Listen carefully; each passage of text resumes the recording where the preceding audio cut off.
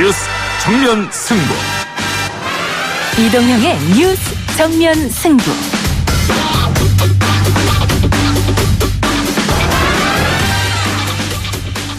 청취자 여러분 안녕하십니까, 이동형입니다. 이동형 뉴스 정면 승부. 먼저 오늘 준비한 내용부터 알려드립니다. 아주 안타까운 비보가 전해졌습니다. 노회찬 의원의 사망 소식에 정말 가슴이 아프고 비통한 그런 심정입니다. 참담한 마음을 금할 길이 없습니다. 오늘 어제 우리 당 노회찬 원내대표에 대한 갑작스럽고 황망한 비모가 있었습니다. 사건과 관련된 대략의 사실관계는 경찰의 발표 같으며 자세한 사항은 저희도 파악 중에 있습니다. 문재인 대통령과 정의당 입장이었습니다. 참담한 마음은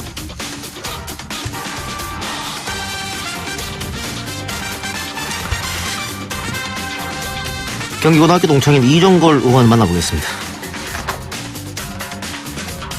제가 야구 선수도 아닌데 사인을 해달라고 하니까 어색하고, 음식점에서 반찬 좀 더 주는 건 상당히 좋은 일. 판 간다고 해서 다른 판 갖고 왔는데 보니까 한 2, 3년 된 중고판이어가지고. 보도자료를 언론사에 배포하면 면책특권이 허용되고, 인터넷을 통해 일반 국민에게 공개하면 의원직 박탈이라는 시대착오적 궤변으로 대법원은 과연 누구의 이익을 보호하고 있습니까? 예, 고인의 길을 최강병기에서 돌아봅니다. 오늘은 저희가 투쟁을 시작한 지 4,526일째입니다. 저희가 이런 발언을 하고 있는 이 자리가 저희는 항상 투쟁의 현장이었습니다. 이곳에서 국민들께 감사 인사를 드리고 이런 발언을 하게 되는 것이 정말 꿈만 같고 믿기지가 않습니다. 계란으로 바위가 깨졌습니다. 2006년 290여 명이 대량 해고되는 사건이 일어난 지 12년 2개월 만에 반가운 소식이 전해졌습니다. 전국 철도 노동조합과 한국철도공사가 철도공사에서 정리해고된 KTX 해고 승무원들을 경력직 특별채용 형식으로 2019년까지 복직시키기로 한 합의를 한 건데요. 오미선 전 철도노조 KTX 승무지부장과 이야기 나눠보도록 하겠습니다.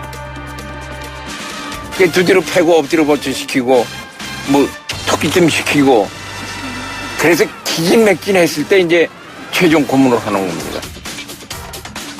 영화 7번 방의 선물 실제 주인공이었습니다.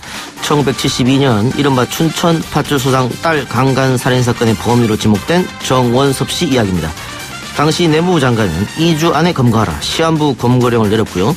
경찰은 정 씨에게 누명을 뒤집어 씌웠습니다. 그리고 무기징역을 선고받았습니다. 억울한 옥살이 정원섭 씨 이야기 사건 대장에서 나눠봅니다. 7월 23일 월요일 이동희 뉴스 정면 승부 시작합니다.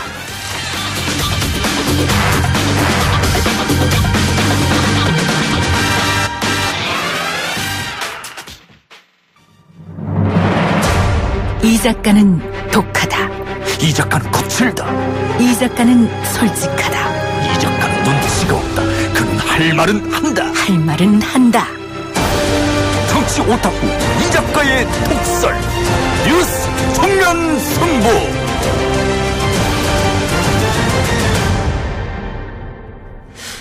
예, 오는 26일 치러질 컷오프 경선이 치열한 경쟁으로 펼쳐지게 될 것으로 보이는데요. 더불어민주당 차기 당권 경쟁에 나선 8명 중에 한 분, 이종걸 의원 연결해서 이야기 나눠보도록 하겠습니다. 의원님 나와 계십니까?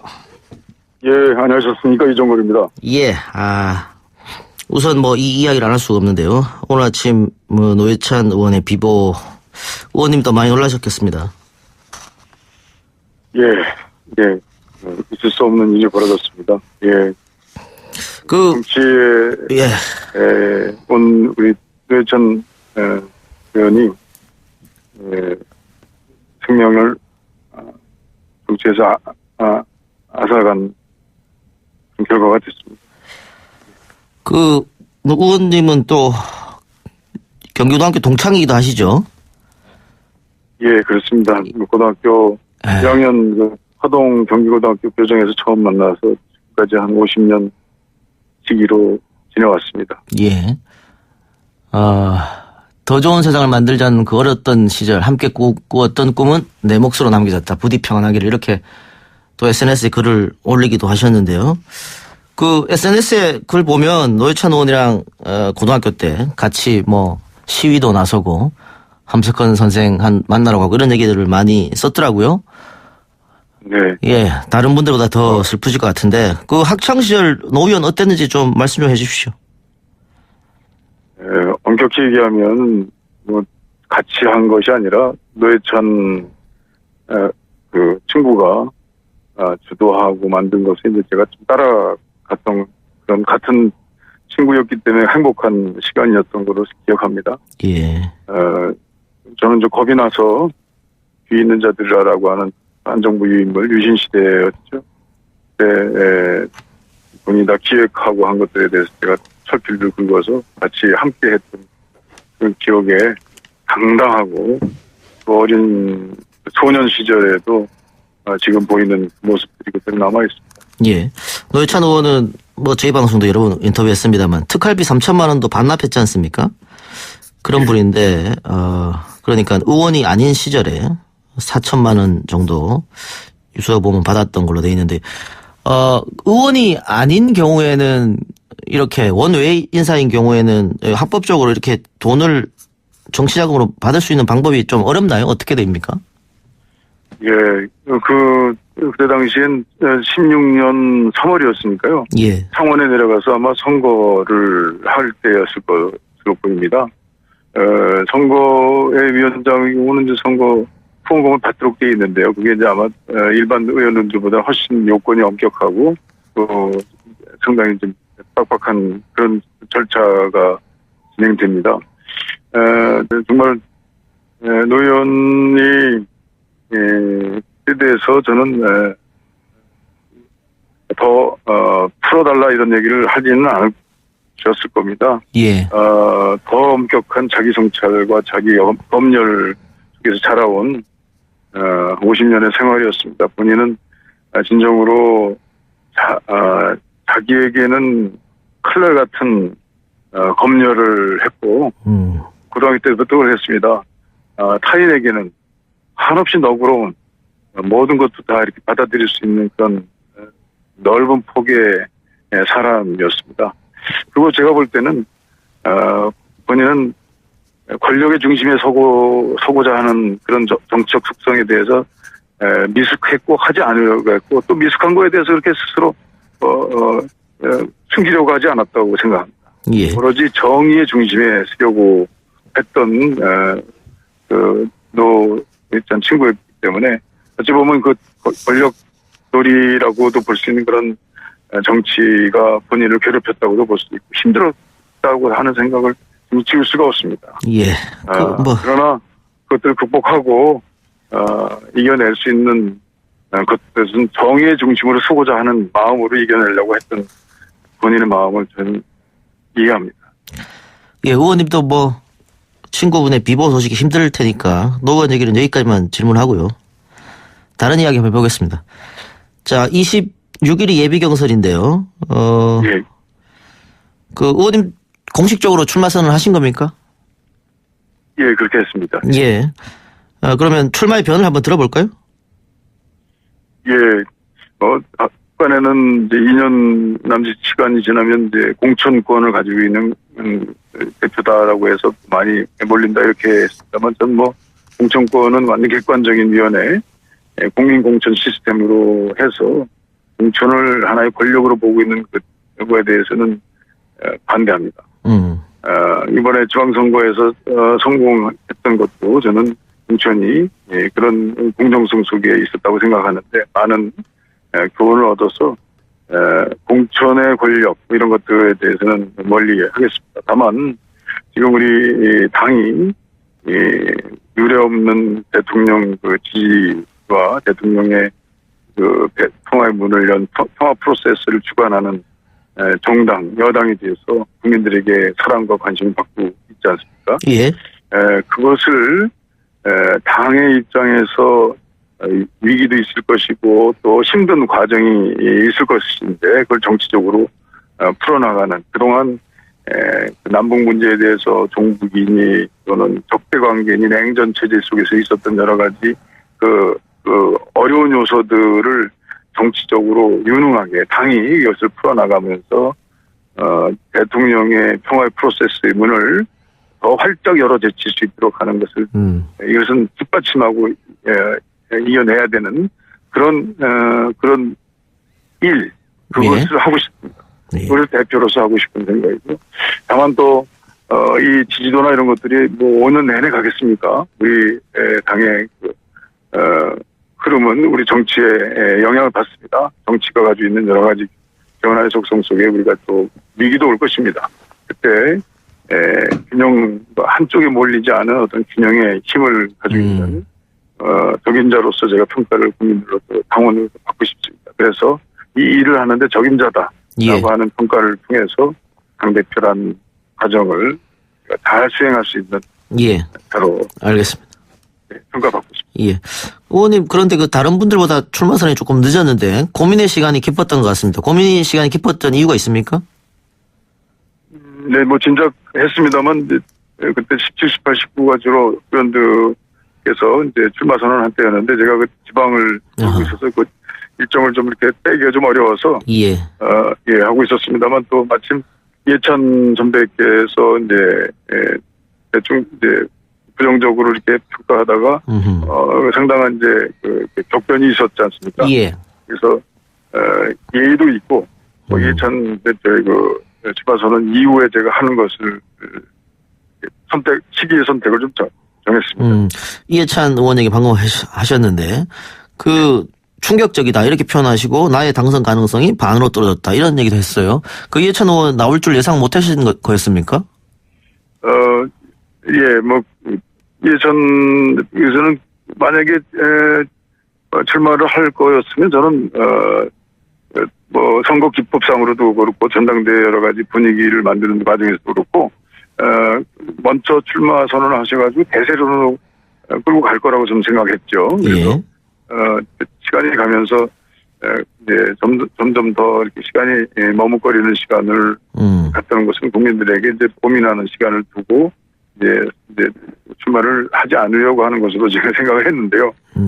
예상 외에 이제 그 판단을 하셨는데 저는 뭐 그렇게 생각합니다. 지금 이해찬 대표 우리 전 대표 때 제가 최고위원 당선돼가지고 그때 한 두 달간 그 대표로서 제가 최고위원으로 이렇게 같이 지도부를 구성해서 활동한 적이 있는데요. 그때 이제 문재인 지금 대통령께서 그때 첫 번 그 후보가 되셔가지고 첫 번 대통령 선거입니다. 후보가 되셔가지고 대통령에게 힘 실어주자라고 하는 취지에서 당대표가 사퇴하고 최고위원도 한 두 달 만에 사퇴를 했죠. 그래서 두 달짜리 지도부를 구성했던 적이 있었는데요.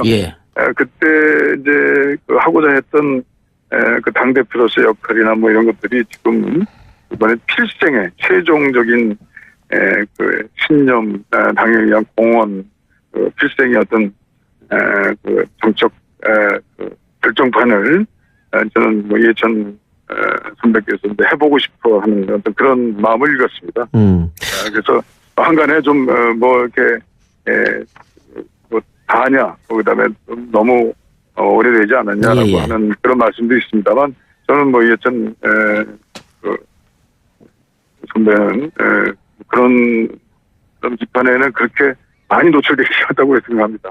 그렇기 때문에 제가 그분이 나섰기 때문에 그 상당히 가능성이 좀 많이 줄어들었다 이렇게 생각합니다만 그러나 컷오프를 잘 통과해서 그 예외적인 상황 또 긴장된 상황 또 상당히 그 반전의 상황들을 우리 당원들이 좋아하고 국민들에게 건집하지 않겠습니까? 그런 저희 모습들을 드러내면서 잘 화합하면서 또 모시고 경쟁하면서 당의 아주 축제 같은 전당대회를 통해서 당대표가 될 수 있도록 최선을 저도 노력하겠습니다.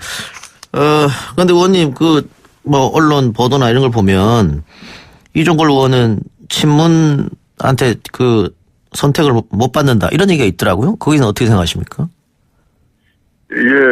저는 이제 그 원내대표 할 때 우리 문재인 대통령이 이제 당대표 하실 시절에 이제 뭐 당무 거부했다 뭐 이런 얘기도 있죠. 그 사실을 제가 부인하는 것은 아닙니다만 그때 저는 이제 통합을 해서 당에 있는 그 인자들을 다 모으고 또 오히려 외부에 있는까지 확장해서 마치 그 DJ 대통령 때 JP까지 DJP 연합을 하던 때 있지 않습니까? 예. 그런 면을 확장해서 3자 싸움이 아니라 2자 싸움으로 가야지 우리가 승리할 수 있다라고 하는 그런 이제 그러니까 말하자면 그때 당시에 거의 뭐 세컨 트논으로 그 대통령 후보 차기 대통령 후보로서 문재인 대통령의 이제 후보로서 적격을 의심하는 사람도 없었고 저도 그랬습니다만 그때 가장 당선 가능성 있는 방법을 왜 선택하지 않고 이렇게 빼기 뺄셈의 정치를 하려고 하느냐라고 하는 그런 점에 관해서 이제 생각을 좀 달리했던 것인데요. 그것이 이제 어떤 때는 받아들이지 않아서 당부 거부를 한 것으로 비춰졌는데 그런 진정성을 이제 당을 위한 것이었고 또 이번에 우리가 이제 문재인 대통령이 당선이 되셔서 우리가 여권이 됐는데 아직까지 당은 그 이전에 그 야당으로서의 속성 문제 제기하고 그것들을 이렇게 비판함으로써 국민들에게 그런 신선한 뜻을 전달함으로써 우리가 가지고 있는 좀 장점을 살리는 그런데 주 목적을 가지고 있는 정당처럼 보이는 측면도 있습니다.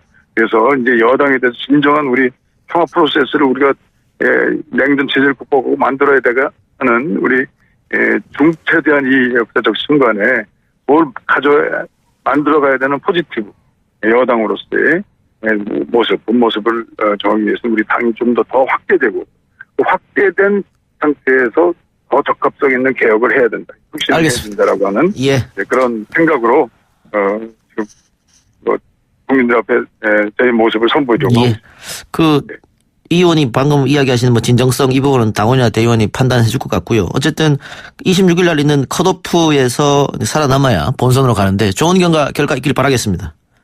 예, 감사합니다. 예, 오늘 말씀 여기까지 듣겠습니다. 예, 고맙습니다. 예, 지금까지 더불어민주당 이종걸 의원이었습니다.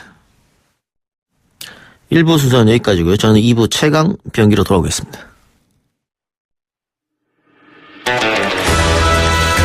딱딱하고 지루한 뉴스가 소설보다 흥미진진해지는 새로운 경험.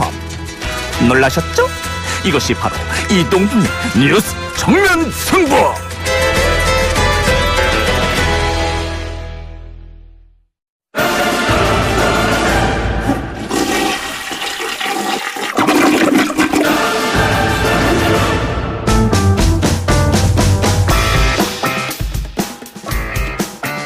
예, 날마다 쏟아지는 많은 이슈들 대한민국 최강 변호사와 최고의 기자가 시원하게 뚫어줍니다. 최강 변기 백성문 변호사, 아시아경제 장영진 기자 나왔습니다. 네, 안녕하세요. 네, 이 이야기부터 해야 될 것 같은데요. 노회찬 의원 이야기 좀 우리 장 기자가 정리 좀 해주시죠. 예, 오늘 오전 9시 38분쯤입니다. 서울 중구 신당동 모 아파트 1층 현관 앞에서 이 노회찬 의원이 쓰러져 있는 것을 아파트 경비원이 발견해서 경찰에 신고를 했습니다. 경비원 김모 씨에 따르면은 재활용 분리수거를 하고 있는데 갑자기 퍽 하는 소리가 들려서 가보니까 와이셔츠에 운동화 차림을 한 사람이 추락해 있었다, 쓰러져 있었다라고 얘기합니다. 사실 나중에 이제 그 경찰을 통해서 숨진 사람이 노회찬 의원이라는 것이 밝혀졌는데요. 10시 반 정도쯤에 이제 속보가 나오기 시작했죠. 경찰에 따르면은 당시 현장 주변에서 유서가 발견됐다라고 합니다. 그래서 스스로 목숨을 끊은 것으로 확인이 됐습니다. 유서는 잡힌 거 확인됐죠? 네, 잡히는 거 다 확인이 됐고요. 그러니까 뭐 또 일각에서 이 자살이 맞느냐 뭐 이런 내용도 좀 있어서 경찰이 그 부분을 확인을 했는데 일단 뭐 타살 흔적은 전혀 없고 유서도 잡히는 게 이제 확실하고요. 그래서 원래 이제 가족들에게 동의를 받아야 되잖아요. 혹시라도 부검을 하게 되면. 근데 부검도 하지 않는 것으로 이제 결론을 냈고 이건 사실상 이제 스스로 이제 목숨을 끊은 것으로 결론을 낸 상황입니다. 예. 어제 원내대표 방문 일정을 끝내고 귀국했고 미국 체류 중에서도 이상한 얘기는 하지 않았었어요. 그리고 네. 뭐 기념사진도 찍고. 그러니까요. 원내대표들이 전부 이렇게 뛰어오르는 그런 점프하는 사진도 있었고 거기서 이제 앞으로 다시 돌아와서 지금 계속 문제가 됐던 여야 간의 반목도 좀 줄이고 협치합시다 이런 내용들로 얘기를 했었다고 하고 또 다른 원내대표들도 이 드루킹 사건과 관련된 내용은 언급 자체를 안 했다고 합니다. 노회찬 의원 같은 경우 굉장히 불편할 수 있는 내용들은 서로 좀 삼갔었다고 하고 그것에 대한 심경도 그 안에서 특별히 밝혔던 건 없고요. 근데 이제 사실 가장 의외라고 이제 생각이 드는 건 예를 들어서 지금 금품을 수수한 의혹을 가지고 소환 통보를 받은 것도 아니고 가족들의 뭐 조사를 받은 것도 아니고 뭐 특별히 뭐 노회찬 의원과 관련해서 강제수사, 뭐 압수수색이나 이런 것도 진행된 게 전혀 없는 상황이었거든요. 그래서 사실 전혀 주변 사람들도 예측할 수 없었다라는 그런 분위기입니다. 함께 가셨던 분들 중에는 그러고 보니 조금 이상한 부분도 있긴 했다라고 말씀하시는 분도 계세요. 그러니까 일정 첫째 날하고 둘째 날 상당히 표정이 어두웠었다고 해요. 그게 혹시 연관이 있지 않을까라고 했는데 귀국할 무렵에는 오히려 편안한 표정이어서 괜찮구나라고 생각을 했다고 해요. 그런데 오늘 아침에 식사를 안 하신 걸로 돼 있어요. 뭐 그런 것들을 볼 때 조금 글쎄 좀 민감한, 좀 지금 생각해 보면은 민감하게 여길 수는 있겠습니다만 지금 생각해 보면은 조금 신경의 변화가 있지 않았을까 하는 생각도 해보게 됩니다. 근데 백 변호사 말처럼 뭐 특검에서 오라고 얘기한 것도 아니죠. 없고. 그렇죠. 이런 거 아닐까요? 자신이 그동안 살아왔던 삶에 비춰봤을 때 이렇게 지금 뭐 도덕적으로 비난받을 부분이 있잖아요. 또 당원들 지지자들한테 실망시킨 것도 있고 그걸 견디지 못했지 않았을까. 그러니까 노회찬 의원은 뭐 다 아시겠지만 뭐 진보 정치 아이콘이라고 할 수 있을 정도로 또 굉장히 높은 도덕성을 지닌 의원으로 대부분 알려져 있었는데 이번에 이제 유서 내용이 공개된 것에서도 이제 금품을 수수했다는 사실은 시인을 했습니다. 물론 어떠한 내용의 뭐 청탁이나 대가성이 있었던 건 아니고 이런 내용이 좀 밝혔는데 그러니까 자발적으로 모금을 해서 주는 것이라고 생각을 했는데 그럼 정식 후원 절차를 밟아야 되잖아요. 그걸 하지 못한 부분에 대해서는 본인도 정말 잘못다고 생각을 한다라고 지금 얘기를 한 상황입니다.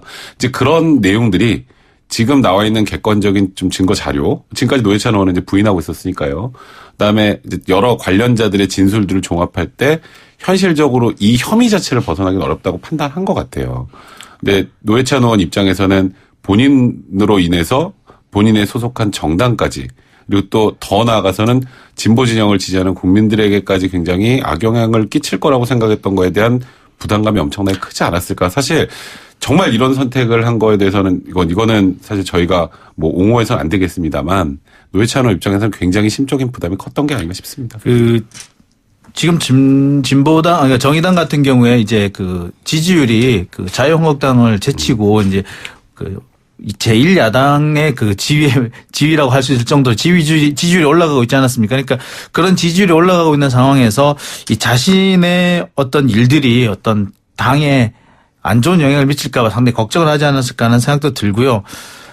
또 한편에는 이게 노동운동 하셨던 분들한테 흔히 나타나는 좀 도덕적 결벽증하고도 좀 연관이 있지 않을까라는 생각도 해봅니다. 그러니까 사실 노동운동 하실 때 대단히 참 어렵게 운동을 해왔거든요. 근데 그런 사람들한테서는 이런 돈 문제와 관련해서는 어떻게 보자면 그렇게 큰 문제가 아닐 수 있는 상황에서도 상당히 결벽한 행동을 할 수가 있는데 그게 좀 요인이 되지 않았을까 이렇게 좀 생각을 해봅니다. 고려대학교 재학 중에 위장 취업해서 노동계로 투신한 거죠. 용접공이 됐죠. 그러니까 용접을 같이 그러니까 지금 뭐 유명한 송영길 의원이라든지 김문수 뭐 전 경기도지사라든지 이런 분들이랑 같이 노동운동을 했고요. 용접 기술 자격증을 따가지고 용접공으로 이렇게 일을 했다고 해요. 그리고 뭐 자격증이 여러 개 된다고 합니다. 인천 지역 민주 노동자 연맹을 창립을 해서 거기서 활동을 했거든요. 아주 오랜 기간 동안 1980년대 상당한 기간 동안 수배와 지하 활동을 계속해 왔습니다. 그리고 1990년대 후반부터 진보 정당 운동에 투신을 했고요. 그리고 2000년, 2002년에는 민주노동당 부대표로 또 활동을 했었고 17대, 19대, 20대 국회의원을 했었습니다. 예. 19대 삼선 의원인데. 삼선 의원이죠. 19대 국회 당선됐다가 의원직을 상실하기도 했습니다. 2013년이죠, 그때가. 네, 그렇죠. 이제 삼성 엑스파일 폭로 관련해서 이제 나중에 결국 유죄 판결이 확정되면서 의원직을 상실했는데 통상적으로 이제 의원직 상실 결정이 나오면 대부분 국민들로부터 비난을 많이 받는데 이 당시에 노회찬 의원 같은 경우는 비난보단 오히려 더 찬사 쪽이 더 많았던 것 같아요. 이건 공익 목적으로 어쨌건 국민들에게 알린 건데 그걸로 의원직이 상실되는 게 말이 되느냐라는 그런 얘기 많았고 예. 오히려 이 이후에 노회찬 의원의 인기가 더 올라갔던 게 아닌가. 진보진영에 더 중심으로 섰었던 것 같고요.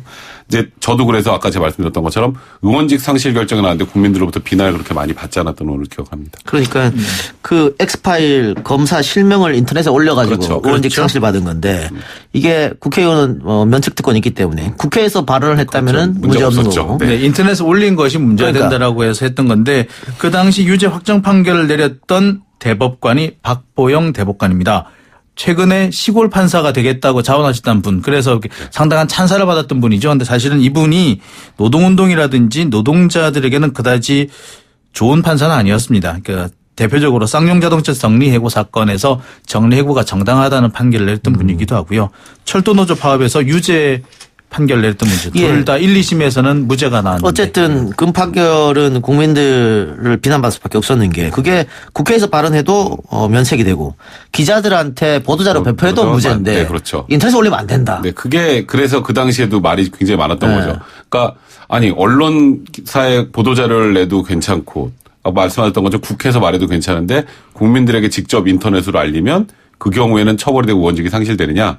근데 말은 많았는데 저는 사실 아까 조금 전에 말씀하셨지만 노동자에게 그렇게 관대하지 않은 판결을 많이 한 법관이라고 말씀을 하셨는데 사실 법리적으로만 놓고 보면 그렇게 판단할 수도 있어요. 그러니까 저도 그 판결이 맞다고 생각하지는 않지만 그거는 저는 이제 법원의 판단을 이제 그런 의미로 이제 법리가 아닌 다른 이유로 좀 비난하는 건 저는 좀 바람직하지 않은 어쨌든 그 법리 때문에 문제가 생긴 게 뭐냐면 돈을 준 삼성 측 관계자들 다 처벌받지 않았고요. 그렇죠. 돈을 받은 판검사들도 아무도 처벌받지 않았습니다. 그렇죠. 그런데 그 돈을 줬다 혹은 돈을 받았다고 말한 당시 월간조선 기자 네. 그리고 MBC 이상호 기자 또 노회찬 의원 그러니까 도둑 들었다고 도둑 잡아라고 소리친 사람 3명은 다 법적 심판을 받았단 말이죠. 네. 이게 무슨 법이 옳은 것이냐.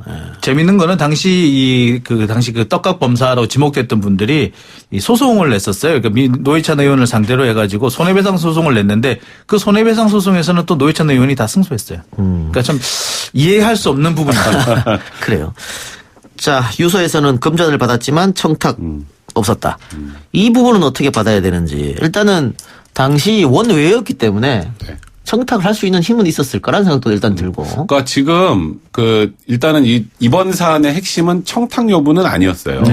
이제 정치자금을 정상적인 방법으로 받지 않았느냐가 이제 문제가 됐었는데 이제 노회찬 의원 입장에서는 계속 돈을 아예 안 받았다라고 했던 거잖아요. 그러니까 노회찬 의원이 이제 그 부분에 대해서는 사실상 더 이상 피해가지 힘들다고 판단을 했던 것 같고 하지만 그렇다고 내가 무언가 거기서 더 도덕적으로 비난을 많이 받고 법적으로도 문제가 되는 청탁이 있었거나 이렇게 되면 이제 죄명이 바뀌지 않습니까? 이제 그런 부분에 대해서는 그런 부분에 대해서는 결백함을 얘기를 하셨던 것 같고 지금 말씀하셨던 것처럼 노회찬 의원이 이제 유서에 지금 언급했던 것처럼 그 행동 자체가 정당화될 수는 없었던 것 같아요. 그리고 노회찬 의원도 그에 대해서는 굉장히 많은 후회를 했던 것 같습니다. 그러니까 정치자금법 위반을 돼도 뇌물은 아니다. 네. 이런 근데 의미죠. 이게 정치자금법 위반이라도 사실 우리가 대기업이라든지 이런 데서 받으면서 돈도 아니고 사실 여러 명이 나눠서 모금을 해서 만들어진 그렇죠. 정치자금이지 않습니까? 그러니까 이건 영수증 처리만 했으면 아무 문제가 안 될 돈인데 사실 이 영수증 처리를 참 그렇습니다. 지금 마음이 아프네요. 영수증 그렇죠. 처리였다면 과연 결과가 지금 어떻게 됐을까 생각해 보면은 좀 그렇습니다. 그리고 사실 이런 거 하나를 가지고 이렇게 계속 지금 드루킹 특검 측에서 계속 이 노회찬 의원을 겨냥해서 계속 여러 가지 정보를 흘렸거든요. 그러니까 그런 걸 보면서 이게 좀 표적을 맞춘 게 아닌가, 수사가 좀 표적 수사가 아니었냐 이런 의심을 좀 피할 수 없을 것 그럼 같아요. 오늘 그 특검에서 브리핑을 열기도 했었는데 이게 원래 드루킹 특검 수사 목적은 김경수 의원 아니었습니까? 네, 맞죠. 예, 노회찬 의원 쪽으로 화살이 이렇게 방향이 틀어진 이유는 뭐죠? 일단 이 드루킹 특검의 수사 범위에 이제 이 드루킹 관련자들 조사하는 과정에서 인지한 사건도 특검에 포함되지 않습니까? 특검 수사 대상에. 일단 특검 측의 입장은 그런 거죠. 이제 자금 운영 내역을 쭉 살펴보는 과정에서 갑자기 노회찬 의원이 관련돼 있는 게 저번에 무혐의 처분받았던 게 사실이 아니네? 가 이제 나오다 보니까 그쪽으로 수사를 집중했다고 하는데 사실 이제 세간의 의혹은 아니 이게 드루킹 특검하자고 김성태 원내대표 단식하고 막 이랬을 때 생각해보면 결국 민주당과의 관련성 그다음에 지금 말씀하셨던 것처럼 김경수 지사와의 관련성 그거를 수사하려고 하는 게 아니었나라는 생각이 들었는데 그쪽은 사실 굉장히 지금 지지부진하고요. 김경수 지사 뭐 지금 소환 계획도 없는 것 같고 아직 그러다 보니 조금 전에 이제 기자님께서 말씀하셨던 것처럼 이게 지금 특검도 어떻게든 이 지금 뭔가 이 수사하는 과정에서 성과를 내야 되는데 그럼 다른 쪽에서 성과를 전혀 못 내고 전부 다 무혐의입니다 하면 특검은 만들어질 이유가 없으니 그렇죠. 그래도 또 하나의 거물이 뭔가 연루된 정황이 포착이 됐으니까 이쪽을 판 게 아닌가. 그러다 보니까 약간 표적 수사 얘기도 지금 조금씩 나오고 있는 사실 상황입니다. 지금 특검이 지금 비난받을 수 있는 상황에 처했던 것이 뭐냐면 전체 수사기간이 60일 그다음에 한 번 연장해서 최대 90일까지 가능하잖아요. 근데 이미 절반 정도 30일 가까이 왔어요. 근데 아직까지 특별한 뭐 성과라는 것이 없습니다. 오로지 성과가 나왔다는 것이 이 노회찬 의원한테 건네졌다는 일부의 자금 이 부분만 지금 겨우 성과라고 할 수 있는 것인데 이것과 관련해서 벌써 보름 전부터 계속해서 특검에서 이게 자꾸 조금씩 흘렸어요. 그런데 정식 브리핑에서는 또 말을 잘 안 해요. 그러면서 뭐 특정 언론사들에 대해서 조금씩 소위 말해서 우리 기자들 사이에 은어로는 빨대를 통해서 정보를 하나씩 흘리는 그런 모습이었습니다. 그래서 나오는 얘기가 옛날 사람이 옛날 방식으로 수사를 하다가 옛날 같은 사고를 또 저질렀다 이런 얘기가 나오는 겁니다. 사실 이 부분에서는 특검에서 지금 글쎄요 좀 비난을 피해가기 어려워 보입니다. 예. 앞으로 수사는 어떻게 됩니까 그러면? 일단은 뭐 노회찬 의원과 관련된 부분 이제 공소권 없음으로 종료가 될 거고요. 그 외에 지금 현재 자금으로 분석을 통해서 또 수사가 격과지로 어디로 나갈지 건 좀 지켜봐야 될 것 같고. 근데 일단 특검에서 오늘 원래 그 도모 변호사가 노회찬 의원에게 돈을 건넸다라고 하는 그 도모 변호사를 소환해서 조사할 계획이었는데 일단은 오늘은 중단했습니다. 예. 알겠습니다. 일단은 수사가 어쨌건 이제 특검에서가 동력을 좀 잃을 가능성은 좀 높아 보인다 봐야 될 것 같습니다. 예. 그리고 지난 주말이죠. SBS 그것이 알고 싶다에서 이재명 경기도지사와 은수미 시장이 조폭과 연결돼 있다. 이런 방송이 나와가지고 지금 인터넷이 발칵 뒤집혀졌죠. 네, 그렇죠. 그러니까 사실 이제 이재명 지금 지사는 뭐 분류 의혹도 있었고 여러 가지 의혹이 있다가 이제 조폭과 연계돼 있다라는 얘기까지 나와서 사실 굉장히 지금 대중들이 관심을 많이 갖고 있는 것 같아요. 거의 한 2, 3일 동안 7시간 검색어에서 1위를 계속 했었는데 아주 간단한 내용을 살펴보면 이제 이재명 지사가 과거의 변호사 시절 2007년입니다. 2007년에 한 폭력 사건의 변론을 맡았는데 이제 거기에 이제 굉장히 다수의 사람들이 연루가 되어 있는데 그 중에 이제 한 2명 정도를 맡았던 예. 것 같아요. 근데 그 사람들이 어찌 보면 이제 알고 보니까 조폭이었던 거죠. 근데 그때 했던 인연으로 이제 이건 좀 탐사보다 그것이 알고 싶다의 그런 취지로 이렇게 좀 접근해 보면 그 뒤로 이제 성남시장이 돼서도 그 소위 말하는 국제 마피아 성남국제 마피아파 성남국제 마피아파하고 연계가 돼서 거기가 설립한 게 이제 코마 트레이드라는 회사인데 네. 그 회사를 뭐 원래 그 성남시 내에 3년 이상 이제 그 사업장이 있어야 되는데 1년밖에 되지 않은 그 회사를 우수 중소기업에 선정을 해주고 이제 그러니까 뭔가 특혜를 줬다. 그래서 조폭과 연루돼 있다 이런 거고 그리고 은수미 지금 현 시장 같은 경우에는 차기가 유력하니 저쪽에 운전기사도 붙여주고 뭔가 좀 이렇게 그 선거운동을 좀 도왔다. 그러니까 결국 이게 조폭과 연계된 것이 아니겠느냐. 이게 지금 뭐 종합적인 내용이라고 봐야 될 것 같아요. 그럼 이렇게 보면 되겠네. 일단은 뭐 이재명 당시 변호사가 뭐 조폭을 변호했다. 이건 뭐 문제 없고요. 변호사가 뭐 누구는 변호하고 누구는 변호 안 할 수는 없으니까. 근데 이제 조폭을 변호했다는 제가 봐도 문제가 없는데 몰랐다는 문제가 될 수 그러니까. 있어요. 네. 그래서 지금 이재명 측에서는 당시에 뭐 100명 정도 재판을 했는데 어떻게 아냐. 뭐 이렇게 해명을 한 것 같고 그 방송에서는 모를 수 없다. 이렇게 나온 거잖아요. 또 여기까지만 하고. 그리고 그러면은 그 방송에서 앞에 왜 그 파타야 살인 사건 김영진 씨가 살인으로 기소가 안 됐다. 네. 그 앞에 깔잖아요. 네, 깔죠. 그러면은 이게 이 사람이 조폭과 정치권 연결돼 가지고 살인 기소를 안 받았다는 겁니까? 사실 그거는 저도 좀 이해가 안 돼요. 그건 아닌 것 같고 현재 지금 증거가 부족해서 사실 아직 좀 수사 중인 상황이거든요. 근데 관련자 2명 중에 1명은 처벌을 받았어요. 근데 그거는 제가 보기에 지금 뭐 이재명 지사가 검찰에 손을 쓰면은 살인자도 빠져나올 수도 이건 아니잖아요. 그거는 지금 상황이 이재명 아니기 지사가 때문에. 손을 썼으면 오히려 상황이 나빠졌을 그렇죠. 것 같은데요. 그거는 저도 아닌 것 같아요. 그다음에 이제 제일 좀 의심스러운 것은 사실 제가 볼 때 그것이 알고 싶다 팀을 제가 폄하하는 건 아닙니다만 그 정도 수준의 증거를 가지고 기사를 쓴다면 저는 지금 한 열흘치를 지금 갖고 있어요. 왜냐하면은 그 정도 가지고는 친분이 있다, 친분이 의심이 되긴 하지만 친분이 있다고 쓸 수가 없어요. 특히 이 좀 그 공중파 TV 같은 경우에서는 나가는 그 순간에 그게 진실로 확정이 돼버리기 때문에 더 조심을 해야 되는데 그 정도 보기엔 좀 약해 보입니다. 그리고 특혜가 있었느냐? 특혜로 보기에도 좀 애매한 부분이 많거든요. 그런 부분에 있어서 조금 서두른 것 같고 서둘렀는데 이제 그 서두른 다음에 이제 어떻게 약간 좀 여론몰이를 해가는 것 같아서 이거는 좀 조금 아닌 것 같다라는 생각도 듭니다. 이게 앞으로 어떻게 결론이 나올지는 모르겠습니다만 후속 보도 지켜보죠. 한다니까. 그래야 될 것 같습니다. 알겠습니다. 두 분 말씀 여기까지만 듣겠습니다. 고맙습니다. 네, 고맙습니다. 감사합니다. 2부 순서 여기까지고요. 저는 7시 정각 3부로 돌아옵니다.